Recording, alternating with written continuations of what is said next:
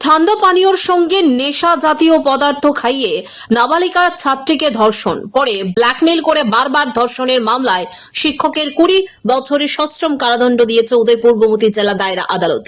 উদয়পুর ভগিনী নিবেদিতা উচ্চতর মাধ্যমিক বিদ্যালয়ের শিক্ষক 2019 সালে শিক্ষকতার পাশাপাশি প্রাইভেট শিক্ষকতা করতেন উদয়পুর জগন্নাথ দিঘির পশ্চিম পারে।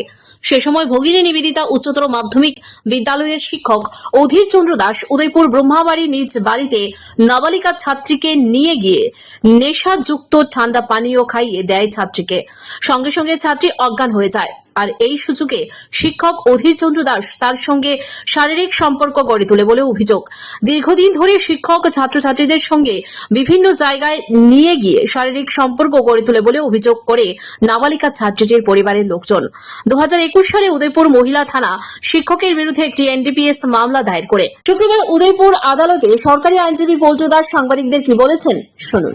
ভিকটিম অন্যান্য দিনের মতন যখন ওনার টিউশন সেন্টারে টিউশন নিতে যাচ্ছিলেন 2019 সালে যে কোনো একটা দিনে, তখন আসামি অধীর চন্দ্র দাস যিনি শিক্ষক, উনি একটা বাইক নিয়ে ভিকটিমের পেছনে এলেন এবং ভিকটিমকে উনি বাইকে উঠার জন্য বলেছিলেন, কারণ উনি শিক্ষক এবং উনি ওই টিউশন সেন্টারে যাচ্ছিলেন।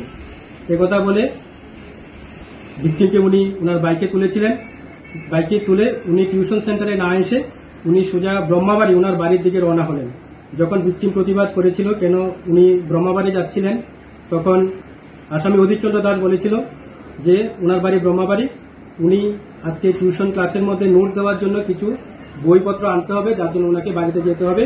ভিকটিম ওনার সঙ্গেই ওনার বাড়িতে গেলে কোনো প্রবলেম হবে না। তখন ভিকটিম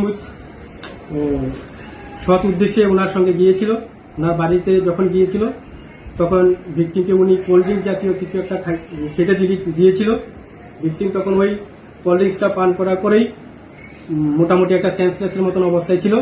তখন আসামি অধীর চন্দ্র দাস ওনার ছাত্রী ভিকটিমের উপরে ওনার শারীরিক লালসা উনি চরিতার্থ করেছিলেন এবং ওই অসংলগ্ন অবস্থার ছবি উনি ভিডিওগ্রাফি করেছিলেন।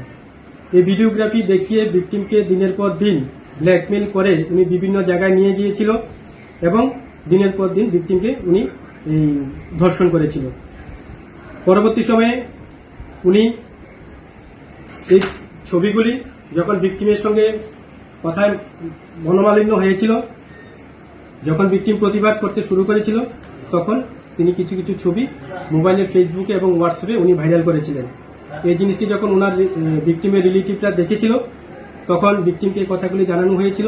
তখন ভিকটিম সমস্ত ঘটনা তার রিলেটিভের কাছে সবকিছু বলেছিল এবং বলেছিল যে তখন আসামি ওকে থ্রেটেনিং করেছিল, ওনাকে ভিকটিমকে মেরে ফেলবে, তার বাবা মাকে মেরে ফেলবে এবং ছবি ভাইরাল করে দেবে, যার জন্য ভিকটিম এতদিন কাউকে কিছু বলেনি। তখন ভিকটিম সমস্ত কথা তার গার্জিয়ানকে বলেছিল, তার গার্জিয়ান তখন এফআইআর করেছিল। 2021 সালে এই মামলা রেজিস্ট্রি হয়েছিল আরকেপুর উমেন্স পিএস 85/2021। এই মামলায় তদন্তকারী অফিসার দীপিকা ভট্টাচার্য এই মামলাটি তদন্ত করেছিল। তার তদন্ত করার শেষে চার্জশিট প্রদান করেছিল আসামি অধীর দাসের বিরুদ্ধে আন্ডার সেকশন 376(2), 506 এবং 6 অফ পক্সো আইনে। আদালতে আমি 17 জনের সাক্ষ্যবাক্য উপস্থাপন করেছিলাম। 17 জনের সাক্ষ্যবাক্য আদালত গ্রহণ করার পরে দীর্ঘ শুনানির শেষে আদালত গত তারিখে এই মামলায় আসামিকে দোষী সাব্যস্ত করেছিল এবং আজকের তারিখে তার সেন্টেন্স হিয়ারিং হয়েছে এবং সেন্টেন্স হিয়ারিং এর শেষে আদালত আসামিকে পক্সো আইনের 6 নম্বর ধারায় সর্বোচ্চ সাজা 20 বছরের কারাদণ্ডে দণ্ডিত করেছে।